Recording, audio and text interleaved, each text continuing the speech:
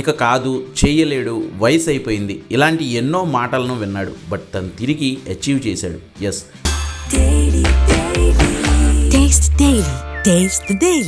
విరాట్ కోహ్లీ మళ్ళీ one day ర్యాంకింగ్స్లో number 1 స్థానాన్ని అధిష్ఠించాడు.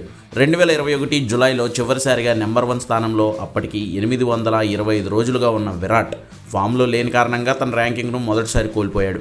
అక్కడ మొదలు మళ్ళీ ఆ స్థానాన్ని అందుకోవడానికి విరాట్ కోహ్లీ ఏకంగా 5 ఏళ్ల పాటు శ్రమించాల్సి వచ్చింది.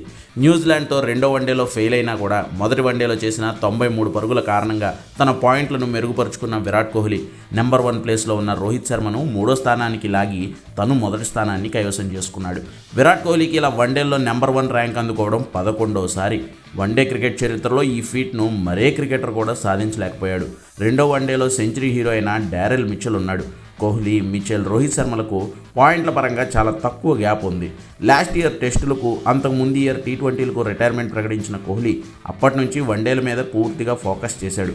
సౌత్ ఆఫ్రికాతో జరిగిన 3 వన్డేల సిరీస్లో 2 సెంచరీలు, ఓ హాఫ్ సెంచరీ కొట్టి వింటేజ్ విరాట్ను చూపించిన కోహ్లీ న్యూజిలాండ్ సిరీస్లోనూ పర్వాలేదనిపిస్తున్నాడు. ఇక టాప్ 10 బ్యాటర్ల ర్యాంకింగ్ లిస్టులో కెప్టెన్ గిల్ 5వ స్థానంలో ఉంటే వైస్ కెప్టెన్ శ్రేయస్ అయ్యర్ 10వ స్థానంలో ఉన్నాడు.